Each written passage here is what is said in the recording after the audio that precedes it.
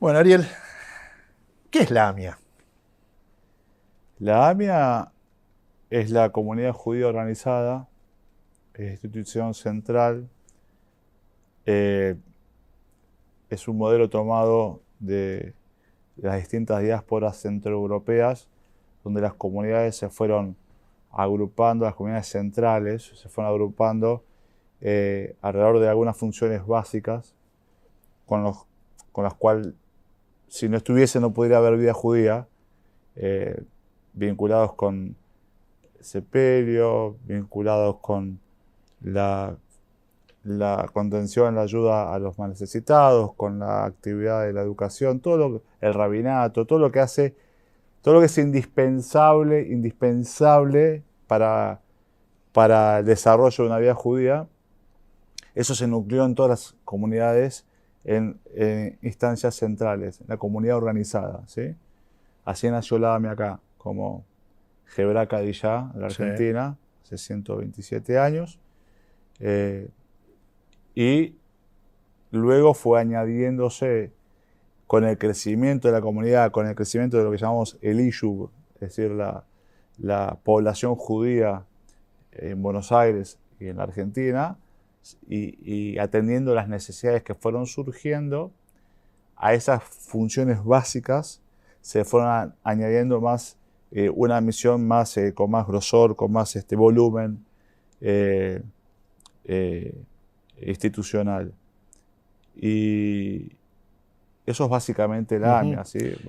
Y llevado al terreno, ¿cuáles son las funciones básicas, las funciones en general? La AMIA tiene representatividad de la comunidad judía, sigue cumpliendo esas misiones fundacionales, ¿sí? Sí. Vinculadas con las sepulturas judías, vinculadas con el rabinato, vinculados con la educación, tienen un consejo de educación judía donde son asistidas todas las escuelas de la red escolar judía, una central pedagógica importante. Hay una atención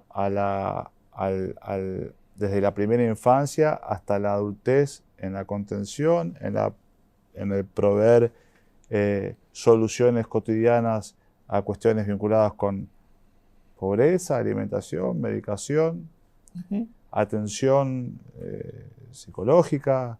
eh, la AMIA tiene una red de empleo, atención al empleo, era una antigua bolsa de trabajo, muy amateur si querés, eh, muy comunitaria, que después del atentado se transformó en una red de empleo ejemplar que no solamente asiste al sector público, también al sector privado, a la empresa en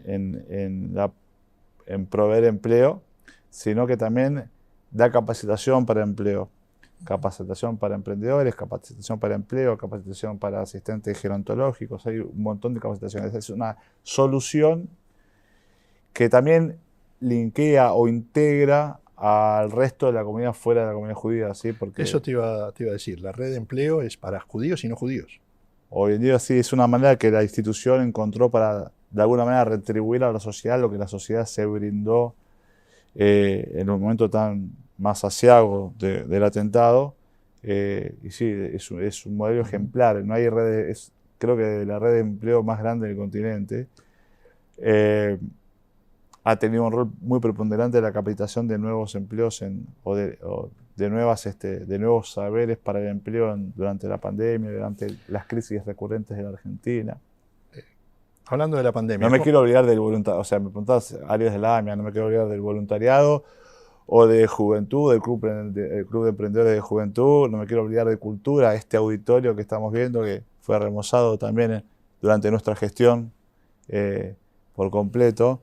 ujú, Es un auditorio que tiene una intensísima actividad cultural de primer nivel, con la sala llena todos los días de la semana, excepto en Shabbat, de domingo a jueves tiene la sala llena eh, con acceso a la cultura a precios de mutual, a precios muy accesibles o gratuitos o muy accesibles y a espectáculos de primer nivel. ujú. Esas son parte de las cuestiones que la AMIA debe atender.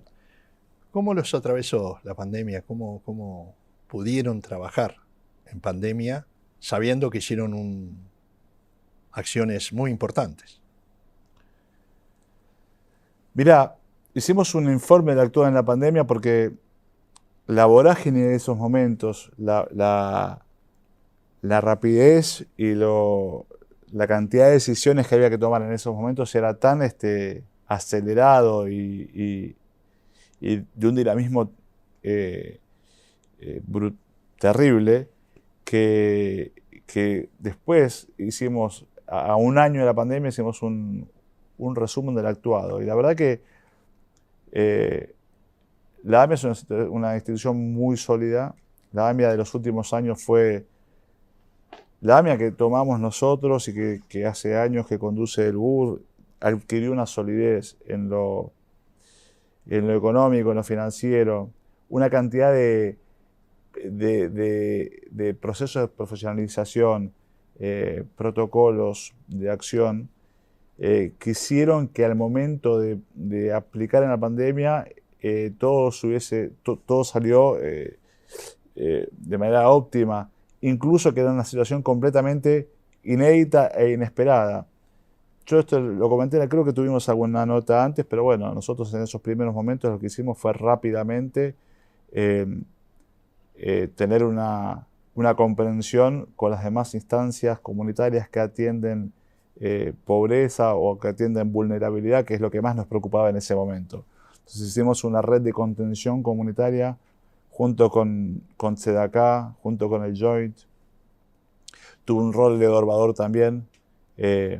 No nos olvidemos que estábamos hablando del momento de pandemia donde la tercera edad eran los más vulnerables y teníamos un temor grandísimo. O sea, pasaron las vacunas, pasaron muchas cosas, pero en ese momento, si nos ubicamos, el pánico a la muerte era terrible. Y eso nos permitió poder, Chabad también fue parte de esa red de contención comunitaria y cada uno de su expertise poder tener una comprensión lo más abarcativa posible. Y en virtud de eso empezamos a implementar programas. Mientras tanto, internamente, nuestros asistentes sociales derivaron sus teléfonos de la oficina a sus teléfonos personales y trabajaban a destajo, 12, 14, 15, 16 horas por día, atendiendo y dando altas nuevas sin ninguna restricción.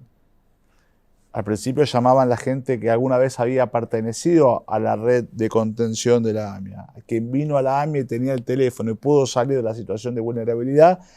Cuando lo ataca la pandemia y deja de percibir ingresos, el primer teléfono que tiene a mano, ¿cuál es? El de la AMIA, llama. Claro. Y después fuimos a buscar a capas más alejadas que por ahí no tenían el número a mano a dónde recurrir.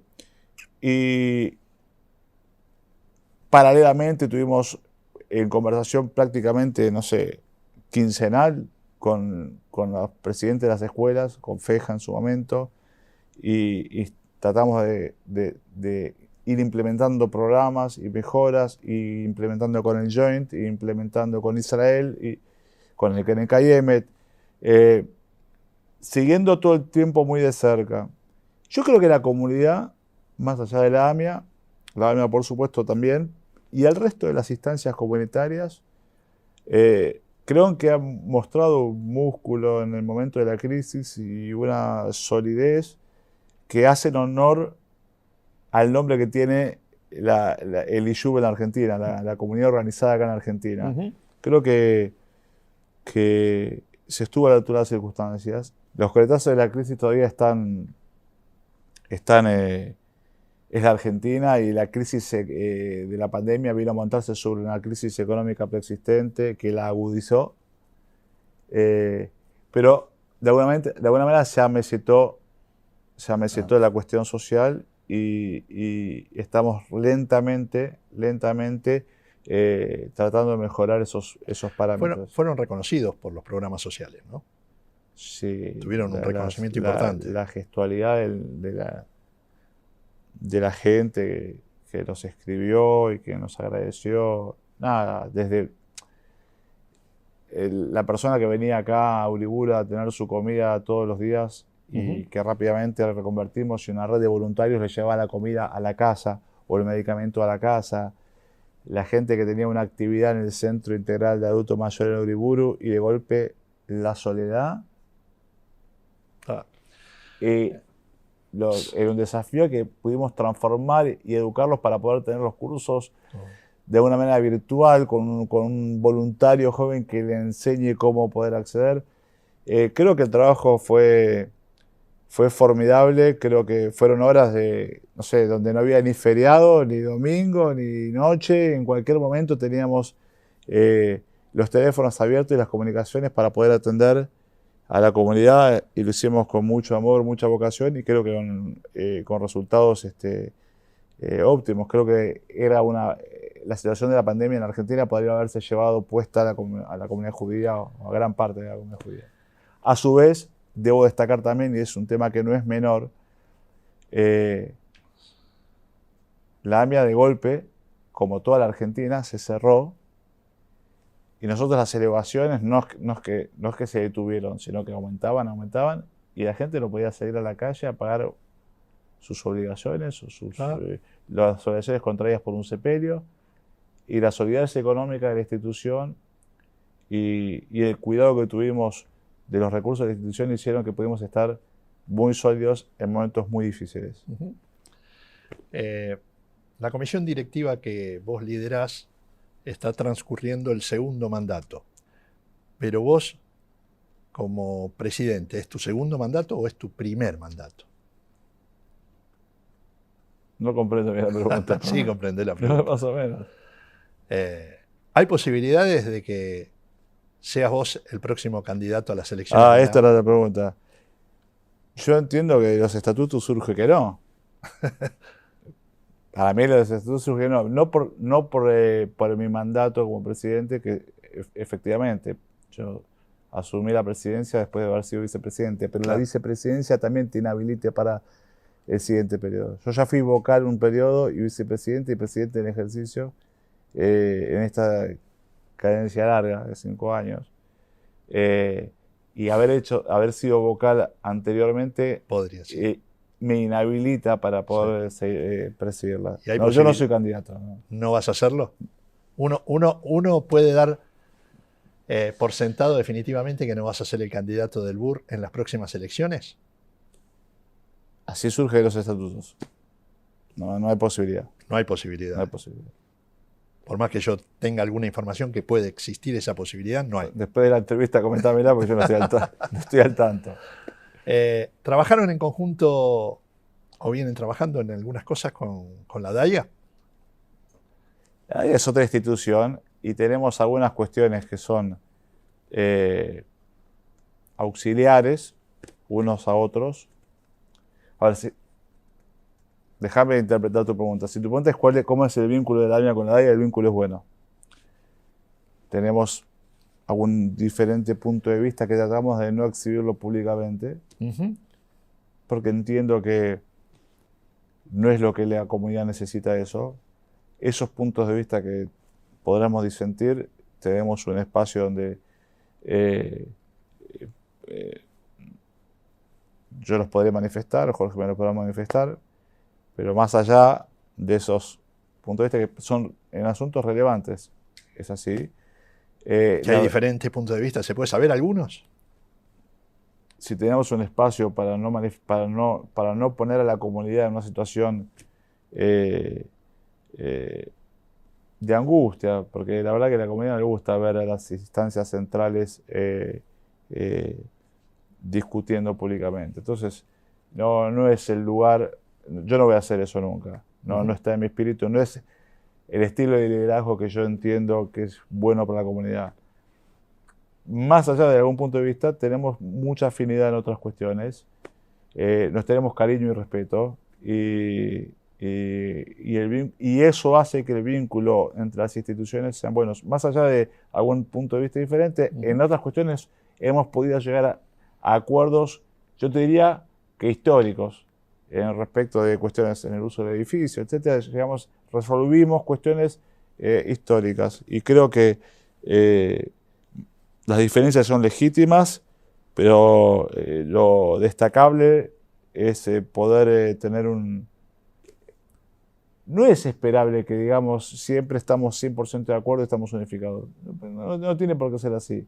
Ellos tienen un mecanismo de elección, la AMIA tiene otro mecanismo de elección. Lo bueno es que podamos convivir, podemos interpretar que la exhibición de diferencias en la comunidad judía no es buena, que tengamos un espacio donde dirimir eso, si nos ponemos de acuerdo bien, si no nos ponemos de acuerdo no pasa nada, y tener una convivencia buena y poder ser auxiliares unos de otros en distintos momentos. Durante la pandemia, la DAIA tuvo que hacer cosas que la AMIA no tenía que hacer y la AMIA pudo hacer cosas que la DAIA no tenía que hacer, y de alguna manera cada uno cumplió su rol y se generó algo virtuoso para la comunidad. ¿Cómo es la relación de la AMIA con el gobierno nacional? Correcta. ¿Correcta? Muy correcta. Hay... Es la relación que tiene... Ahora, nosotros, nuestro espacio político, la tradición en tradición de vida talmúdica, del vínculo de las comunidades en las distintas diásporas, tratamos de reinterpretarlo en nuestro momento esto y no movernos de esa línea. En ese sentido, nuestro vínculo es correcto y siempre tiene que ser correcto. Nosotros hemos garantizado a la comunidad judía no dejarse penetrar por ningún partido político. La comunidad judía y la AMIA resguardan intereses comunitarios, vinculados con los intereses de la comunidad judía que tienen que ver con la educación, con la cultura, con las cuestiones religiosas, con las cuestiones de la aliyá, todas las cuestiones que son inherentes al desarrollo de la vida judía son nuestro interés. Y nosotros tenemos que garantizar no ser utilizados por espacios políticos. Y creo que nosotros hemos sabido ser garantes de eso. ¿Y cómo calificás el paso de un dirigente comunitario a la política nacional? ¿Estás de acuerdo con eso o lo considerás inconveniente para la comunidad? Yo no lo haría nunca. Mi vocación es la vocación comunitaria. Nosotros no somos políticos comunitarios. Nosotros somos askanim. Somos voluntarios de la comunidad judía. Estamos al servicio de la comunidad judía. La interacción se da porque tenemos algunas... porque al defender el interés de la comunidad tenemos vínculo y debemos tener buen vínculo en aras de resolver cuestiones, etc. Y es muy delicado y hay que tener cuidado de no confundirse. Uno tiene un vínculo, tiene que tener un vínculo correcto, pero uno tiene que saber quién es uno y qué está defendiendo uno. Porque si no, después surgirá la pregunta, cuando uno hace el pase, y en algún momento no habrá sido que era un político nacional haciendo lobby adentro de la comunidad judía, en vez de ser un activista comunitario buscando defender el interés comunitario frente a las instancias gubernamentales. Yo respeto las decisiones personales, tengo una relación cordial y intercambio y alguna vez pido un consejo también con gente que hizo el paso. Yo no lo interpreto, yo pienso que no pertenece eso a las mejores tradiciones de liderazgos comunitarios en los que yo me inspiro. No lo invalido, es el camino de cada uno. Yo pienso que no es correcto para mí ni para la gente de mi espacio. ¿La AMIA en ningún momento pensó en ser querellante como lo es la DAIA en la causa por encubrimiento por el memorándum? No. La AMIA fue invitada a ser querellante oportunamente, cuando el signo político que gobernaba era otro, cuando era muy sencillo sumarse a esa querella. No tenía absolutamente ningún costo político sumarse a esa querella. Sin embargo, la AMIA hizo en su momento una reunión con todos los abogados que formaron parte, que tuvieron el expediente principal. Todos los estudios estuvieron presentes. Y se llegó a una conclusión de que era absolutamente inconveniente. Y creo que el tipo nos dio la razón. El tipo nos dio la razón. ¿Por qué? Porque por los fallos. Y porque finalmente lo que nosotros buscábamos en ese momento era la inconstitucionalidad del memorándum, porque las sesiones de soberanía, etcétera, etcétera, y creo que eso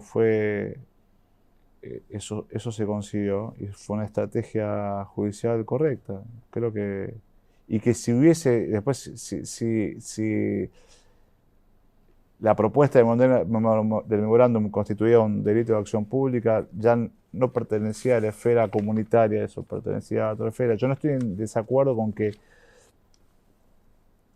haya quien impulse esa investigación, pero creo que no es el rol de la comunidad judía.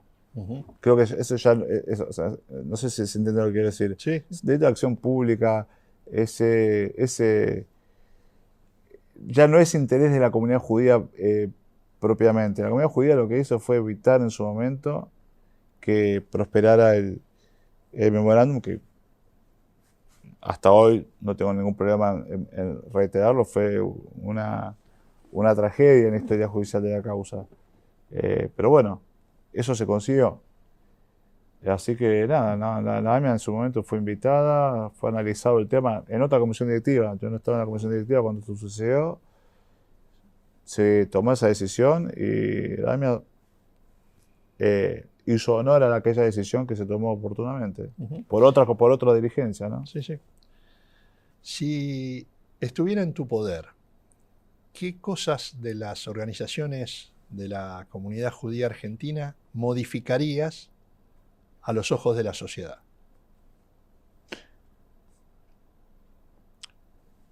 Yo no sé si a los ojos de la sociedad, yo te diría que claramente entiendo que es muy difícil, no sé, o sea, no te digo imposible, porque pero es muy difícil, pero claramente la comunidad judía argentina se debe a una reingeniería institucional sin lugar a dudas, en todos los órdenes. Hay demasiadas, o sea, está pensada, la cantidad de instituciones está pensada para una comunidad judía de otra envergadura, en cantidad de gente, me parece que está sobre representada. ¿Sí? Hay demasiadas instituciones que se solapan en la acción también que hacen. Claramente hay una necesidad, pero para eso hace falta un largo proceso que tiene que ver con redefinir instituciones, roles, hay que correr egos, comisiones directivas, ir a una reingeniería grande, comunitaria. No tengo duda que hay que hacerlo eso, no tengo ninguna duda, pero bueno, hace falta mucha grandeza y una decisión muy férrea, y tampoco se puede hacer lentamente, ¿no? Tiene que ser una hoja de ruta que tiene que estar marcada y puede llegar a tomar varias cadencias de distintas comisiones directivas de cada institución, pero claramente hay que ir a una reingeniería comunitaria, ¿no? Sin lugar a dudas. Se vienen en pocos días las elecciones de la AMIA. Y desde la oposición, en particular desde una AMIA, hay una serie de críticas a la conducción del BUR. Puntualmente hablan de que hace 14 años que no hay un censo, que creció el trabajo de Tzedakah por la poca acción social de la AMIA, etcétera, etcétera, etcétera. ¿Y cuál es la respuesta de la conducción? ¿No qué? No respondo. A ver, la oposición en las instituciones forma parte, y más en la AMIA, por el sistema constitutivo de las comisiones directivas y de las asambleas electoras, forman parte de los procesos decitorios. en esta asamblea, cuando nos juntamos acá, hay opositores. Son opositores que decidieron ir a una elección, manifestaron una oposición, sacaron los votos que sacaron y tienen su representatividad y son parte de las decisiones en la Asamblea de Representantes. Entonces, yo considero eso la oposición desde el lugar que el estatuto le otorga a la oposición en los organismos de gobierno de instancias como la AMIA. Yo meterme en cuestiones de campañas políticas me parece que no hace al rol del presidente de la institución, ¿sí? Lo que te puedo decir es que me estás mencionando un frente conformado por 2 partidos que han participado en distintas elecciones, en distintas instancias comunitarias y han concitado un repudio total.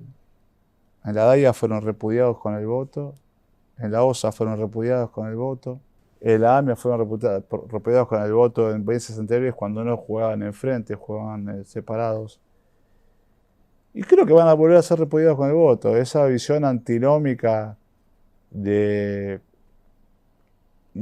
ortodoxia, no ortodoxia, creo que no representa el espíritu que hay en la comunidad judía argentina, no representa el espíritu del votante.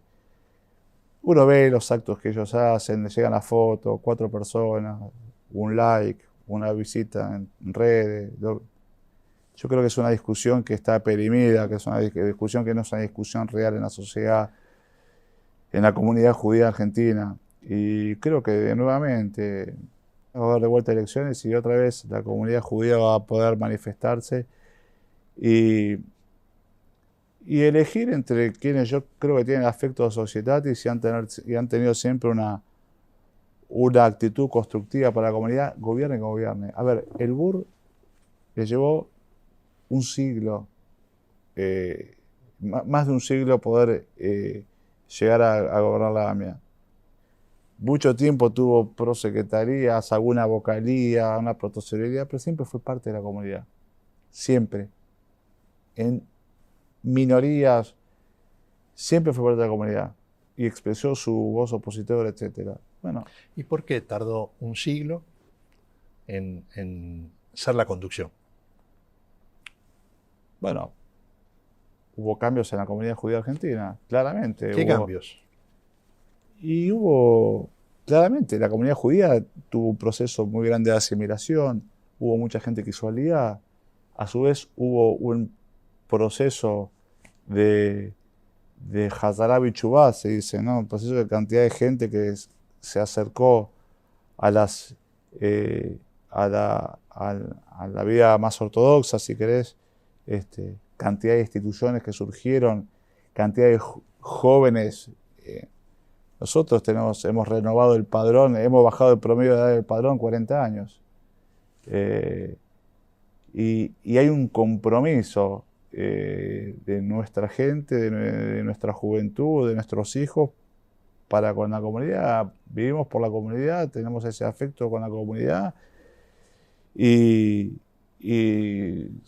cuando el momento llegó, cuando la situación demográfica lo permitió, pasó lo que pasó en las elecciones. Y creo que es Pero más allá de la conducción, porque la verdad que no es relevante. Yo te aseguro que secretarías que concentran en la AMIA tal vez los más altos presupuestos, como programas sociales, no están en manos del BUR. Hemos tenido la generosidad de identificar a dirigentes probos, gente como yo siempre digo, con afecto de societatis, con amor por la Kehilá, con compromiso y con amistad por la Kehilá, que no pertenecen a nuestro espacio. Y sin embargo, tienen la responsabilidad de atender programas sociales con la trascendencia que tuvo, por ejemplo, la pandemia.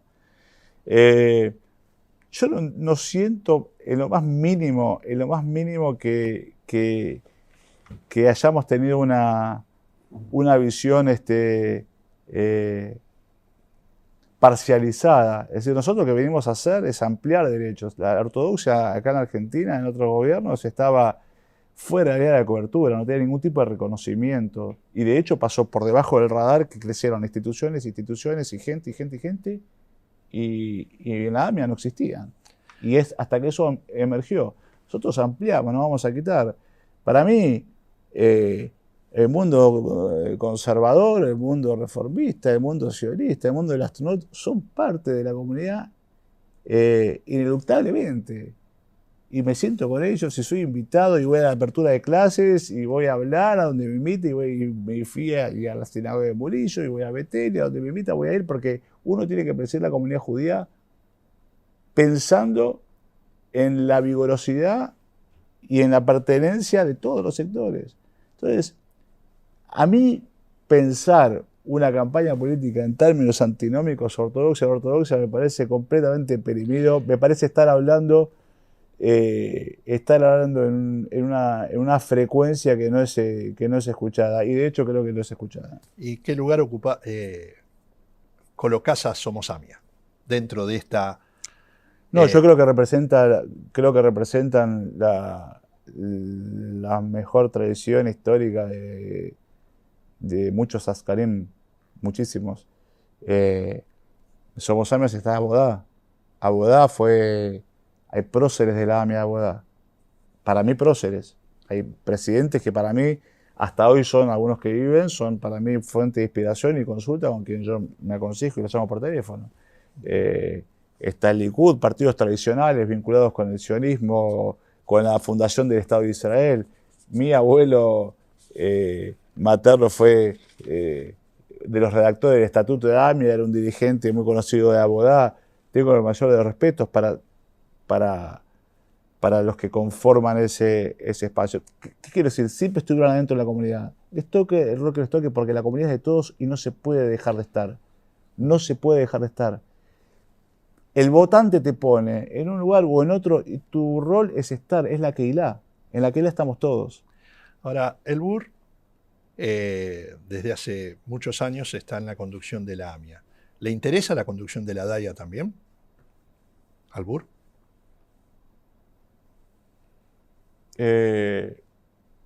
Yo creo que en las últimas elecciones el BUR, como BUR no votó, pero sí hay instituciones del BUR que accedieron a un rol muy preponderante. De hecho, tienen una vicepresidencia, ¿no? El sector sefaradí del BUR tiene a ver, yo creo que acá hay también es como la cuestión de los candidatos a presidente y esto. Creo que acá hay que aclarar un poco la naturaleza de las instituciones. La AMIA es una institución de representación con elecciones directas. ¿Sí? O sea, es indirecto porque elegís un colegio electoral, un RAT, pero viene la gente a votar. Entonces, la naturaleza del partido político o de la agrupación política o de la agrupación partidaria comunitaria se entiende desde la lógica de los individuos que apoyan una postura u otra postura. En la DAIA votan instituciones. ¿Cómo juega ahí el BUR o un partido? No, es una institución federativa. Sí. Es distinto. Sí, sabés que para una campaña electoral hay un lobby, hay un trabajo. El presidente, hasta donde yo sé, mi amigo el presidente de la DAIA no tiene ningún partido de referencia. ¿Se entiende lo que quiero decir? Me parece que traer la lógica de una institución a otra institución me parece que no es equivalente. Uno debiera, para ir por tu pregunta, uno debiera empezar distinto. Debiera decir, la pregunta sería, ¿el BUR está constituido también a nivel federativo, a nivel de instituciones, como para agruparse en una elección de DAIA? La verdad que hasta ahora esa situación no se ha dado todavía. Muchas veces sí, rabinos del BUR han apoyado a un candidato sobre otro, pero no está organizado, todavía nunca se organizó el BUR, por lo menos en las últimas elecciones. En las anteriores sí se había organizado. En esta instancia yo entiendo que al BUR no le interesó ir por la DAIA, lo que no quiere decir que en algún momento sí. Después del RAT, ¿quiénes integran el cuerpo colegiado que decide quién es el candidato del BUR? El partido tiene un consejo. Hay un consejo partidario. Un consejo partidario que va a definir quién es el candidato.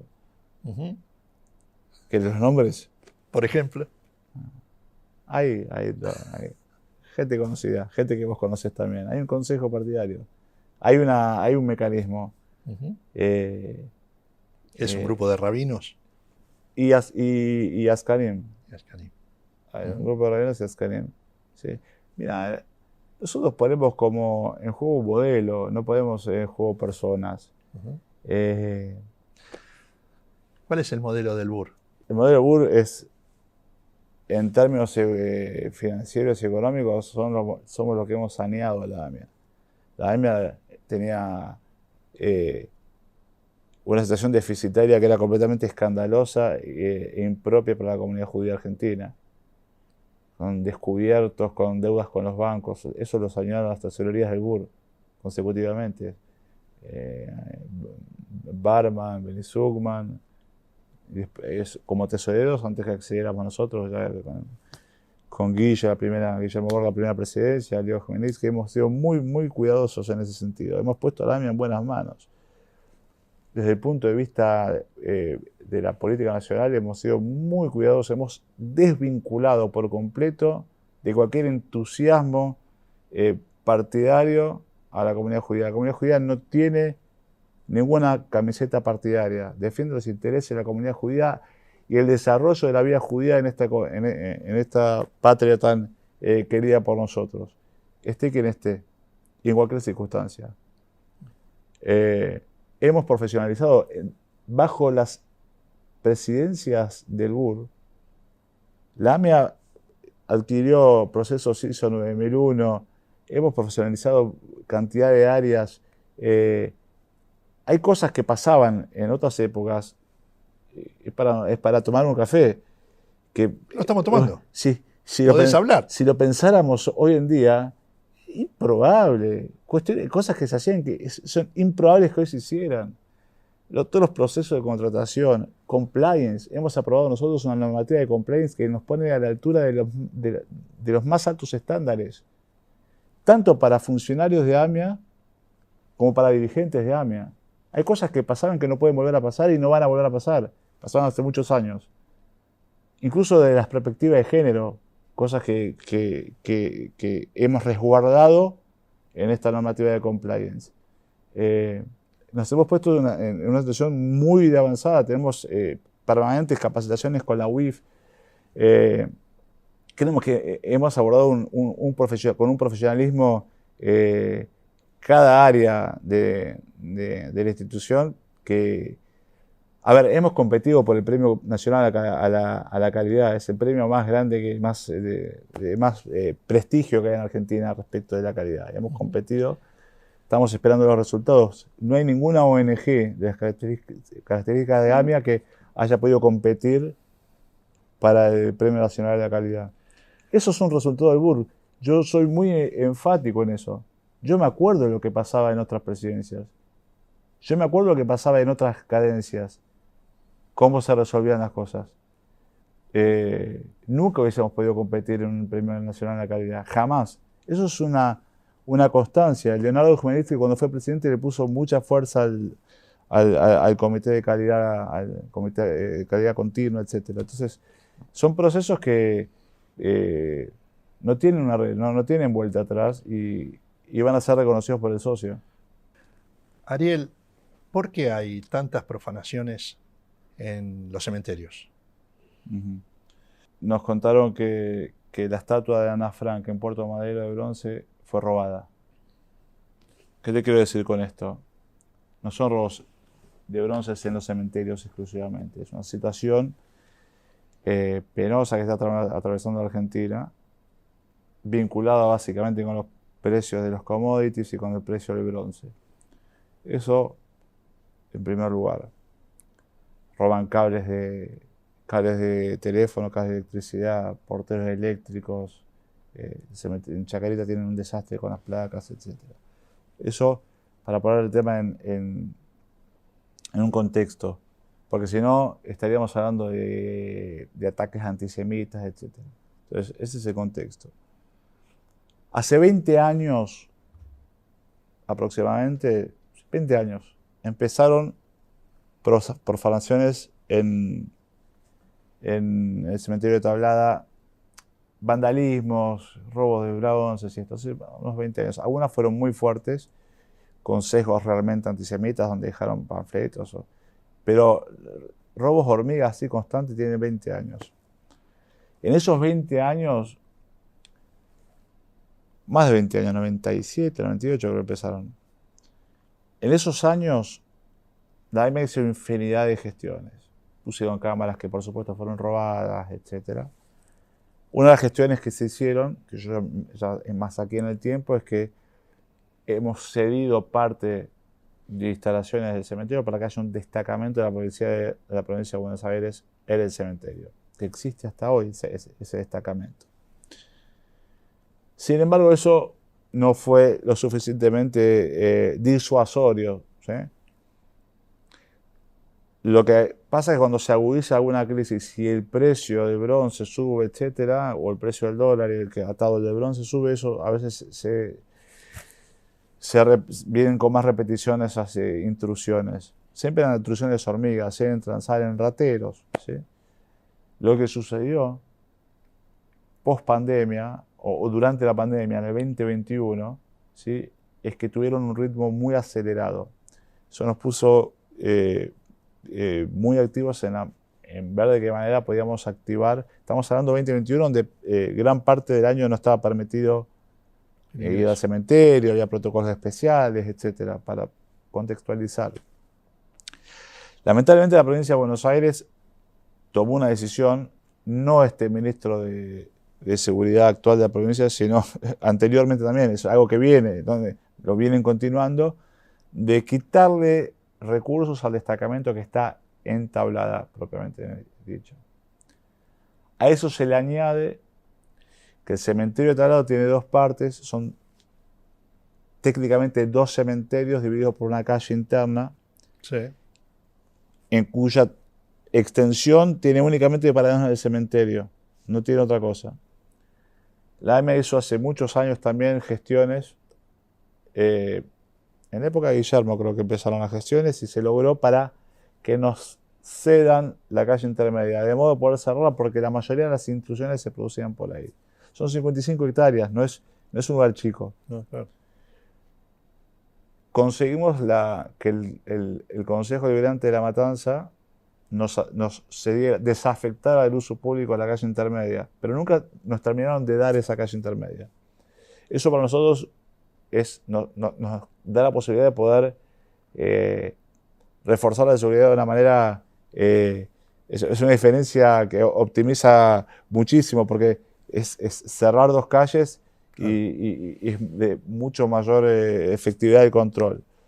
Eso estamos constantemente tratando de tener esa calle. Hubo idas y vueltas en el vínculo, en la relación. Lo que pasó en el 2021 fue que producto de la pandemia, producto de la suba de los commodities, producto de la suba del dólar, tuvimos más intrusiones que nunca. Sobre fines del 2021, después de mandar, la Comisión Directiva mandó a averiguar judicialmente si podríamos hacer algunas medidas como electrificar, etcétera, elevar las paredes y electrificarlas. Sí. Después de tener dictámenes positivos, sobre fin de 2021 hay una comisión directiva que autoriza una obra de muchísimo alcance que consiste en levantar los paredones y electrificarlos y ponerles también una concertina que evita que la gente pueda entrar. O sea, esto añadido al reclamo y haberse juntado con el ministro de Seguridad de la provincia de Buenos Aires, con el ministro de Seguridad de la Nación en varias ocasiones, con el gobernador Kicillof, por este tema nos hemos juntado. La verdad que la crítica sobre este tema a la gestión tiene un grado de miseribilidad, porque el gasto que hace esta institución en seguridad, no hay, creo que no hay ninguna ONG de la Argentina que gasta la AMIA en seguridad. La seguridad de la AMIA la gastamos en el edificio, en recursos humanos, en cuidar recursos humanos, en cuidar las distintas sedes, etcétera. La verdad que la responsabilidad de cuidar el buen nombre y honor de quienes yacen en el cementerio siempre, históricamente, perteneció y nunca tuvimos mayores actos violentos más que algún caso de vandalismo que con el destacamento, etcétera, de alguna manera se podía evitar. Lo que pasó este año es completamente desconcertante, está ligado con lo que pasó en la pandemia, es una O sea, ¿le sacás connotación antisemita?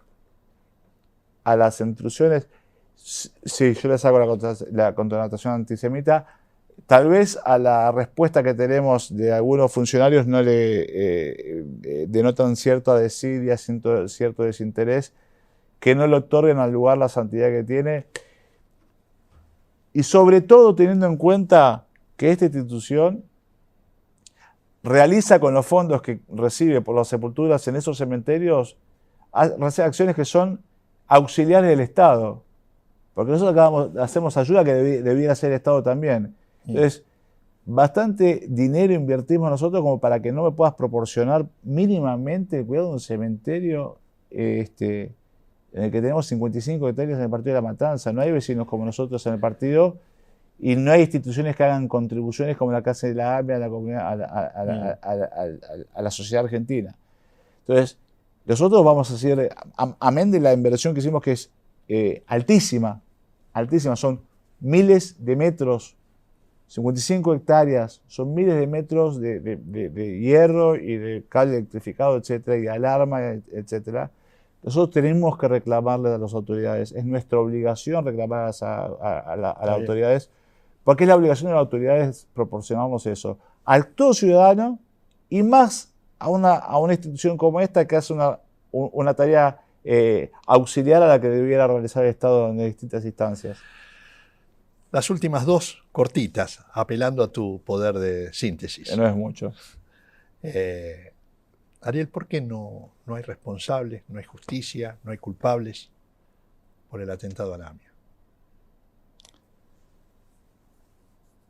Muchas veces me preguntan, cuando uno viaja o se encuentra con congresistas de otros países o ministros en otros países, te preguntan por qué la Argentina, y fue víctima 2 veces de terror fundamentalista. ¿Por qué la Argentina? Y mi respuesta, y creo que va a tu pregunta esta respuesta, porque es fácil, porque hay connivencia, porque se encontró socios locales con cierta capacidad y porque hay impunidad, porque hay una decisión política de que haya impunidad. Así de fácil. Concreto. La última. Sí. Te llevo a que pienses 3 personas, personalidades de los tiempos, los lugares y las relaciones que a vos se te ocurran. 3 personas que vos quieras imaginar que puedas sentar en una mesa y charlar y preguntarles lo que vos quieras o escucharlos. Pueden ser de tiempos pasados, puede ser de hoy, de lo que vos quieras. Puede ser familia, amigos, personalidades, próceres, lo que quieras. ¿Con quién me gustaría tener una charla, 3 una conversación? personas. ¿Qué sé yo? Montones. Pensá rápido. Menachem-Begin.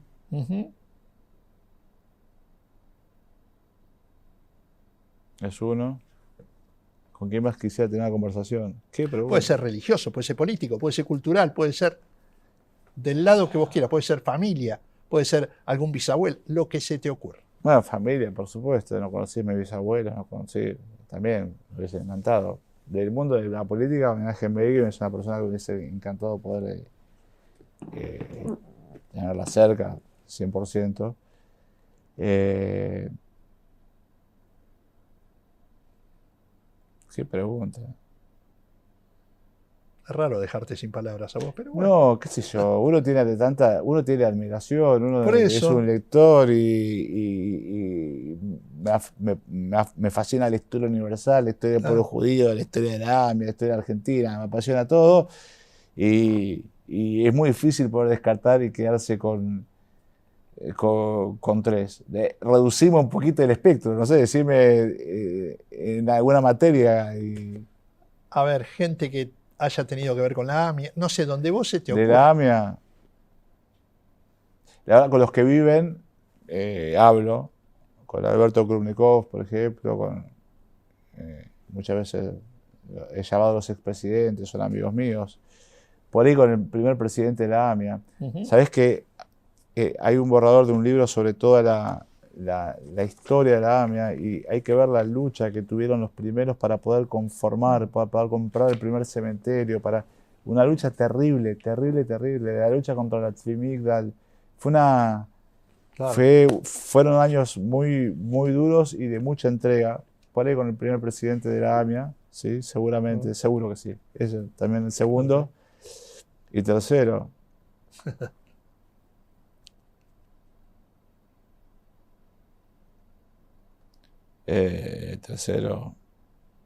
con el Rav Shach. Ujú. Rabino Shach, Menachem Begin, el primer presidente de la AMIA. Ecléctico.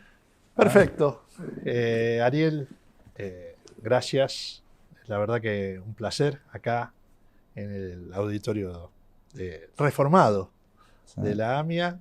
Me pareció una charla, no sé, te sentiste cómodo y me pareció que... A mí siempre hablar de la comunidad me gusta, trabajar por la comunidad me gusta, es una pasión que tenemos.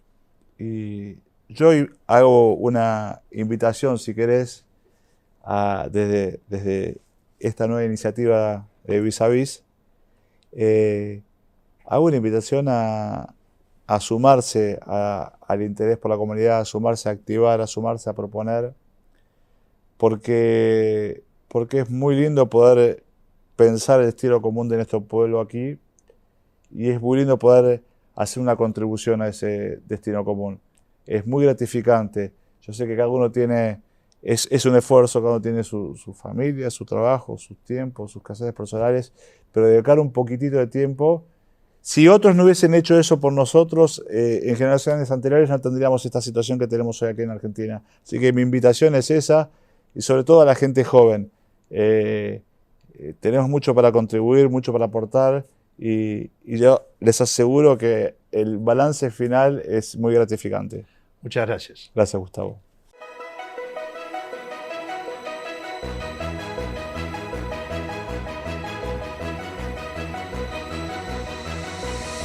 La transformación no para.